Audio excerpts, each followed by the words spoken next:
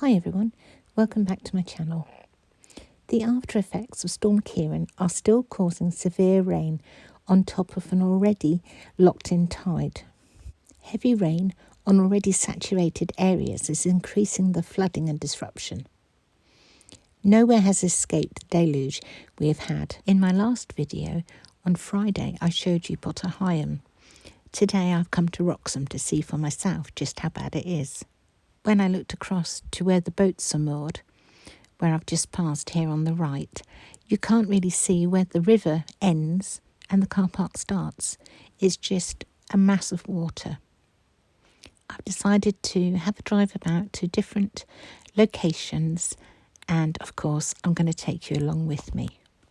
I feel it's important to record such extreme weather conditions that we are experiencing here in the Norfolk Broads.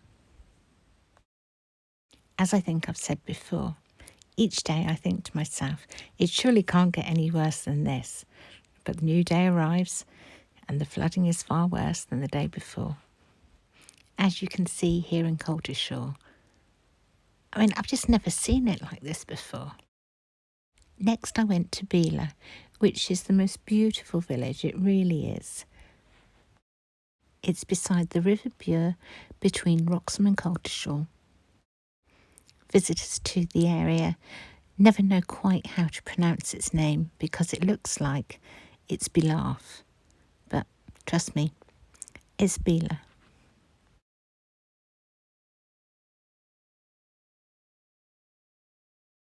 We'll be arriving at the Staithe in the next couple of seconds.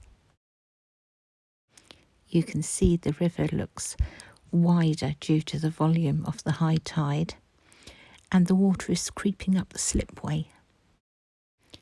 Then a quick trip through Horsted, after Coltishall, and to the vicinity of Little Switzerland. I'll tell you about here in a separate video another time. After leaving Little Switzerland, I was so close to the road I needed to get to Norwich Airport, I thought, well, I might as well go. And bizarrely, one end of the runway was in sunshine and the other was in torrential rain, as you can see here.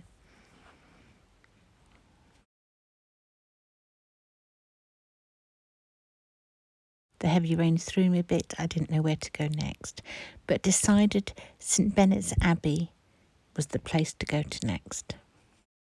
Stepped foot outside of the car and the rain stopped and the sun is trying its hardest to come out.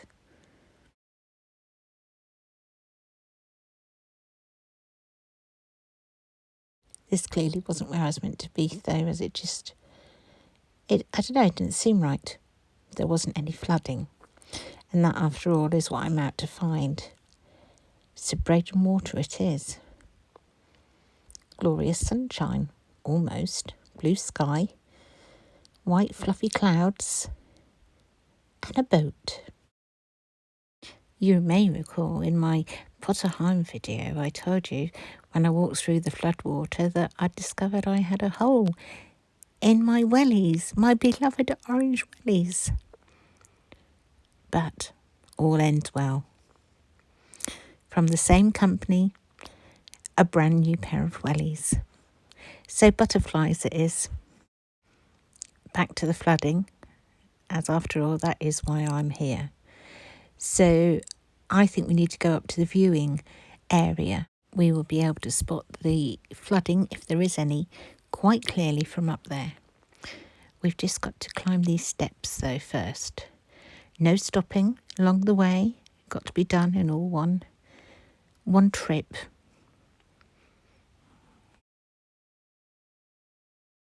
In Roman times, Great Yarmouth Harbour didn't exist. There was a Roman fort on the edge of an inland estuary here in Burgh Castle, and this was where the sea-going ships would dock. The sea level was higher then than it is today. The view from this viewing platform would have looked very different in those days. Look over to the far distance, and that row of trees is 5 kilometres away, and that was the Roman shoreline. The marshes were actually underwater. After the Roman times, the sea level fell and the mouth of the River Yare silted up. The great estuary gradually changed from open water to marshes. From the 16th century, more marshland was drained for grazing. The river banks were built up to reduce flooding, and the marshes were drained by pumping. Some pumps were horse-powered, but wind pumps like the Burney Arms Mill were built.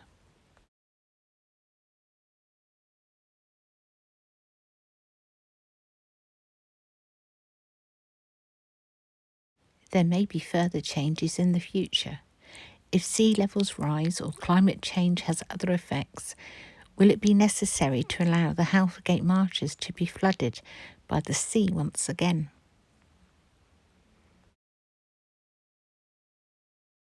All the information I've just told you has been taken from this beautifully illustrated information sign up here at the viewing platform.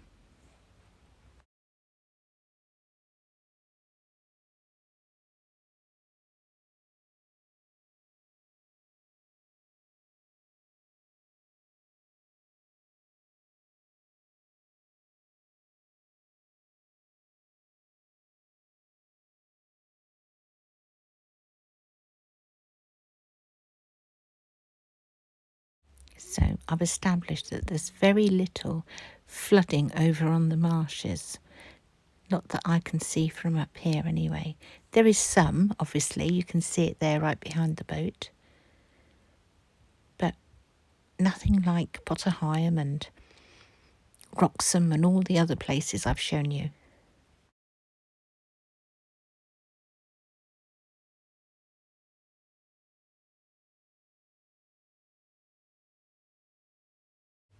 I'm just going to drive to a different area of Breydon Water. I'm going to park by Breydon Bridge and I'm going to walk to the bird hide and I'll show you what it's like there.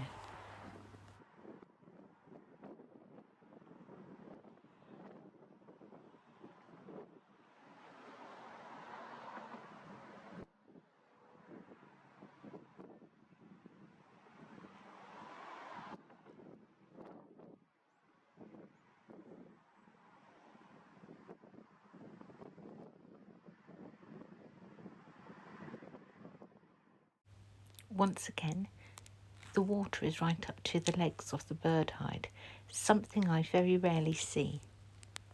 It's the aftermath of Storm Kieran still. So it's still quite windy, but nothing like in the main part of the storm.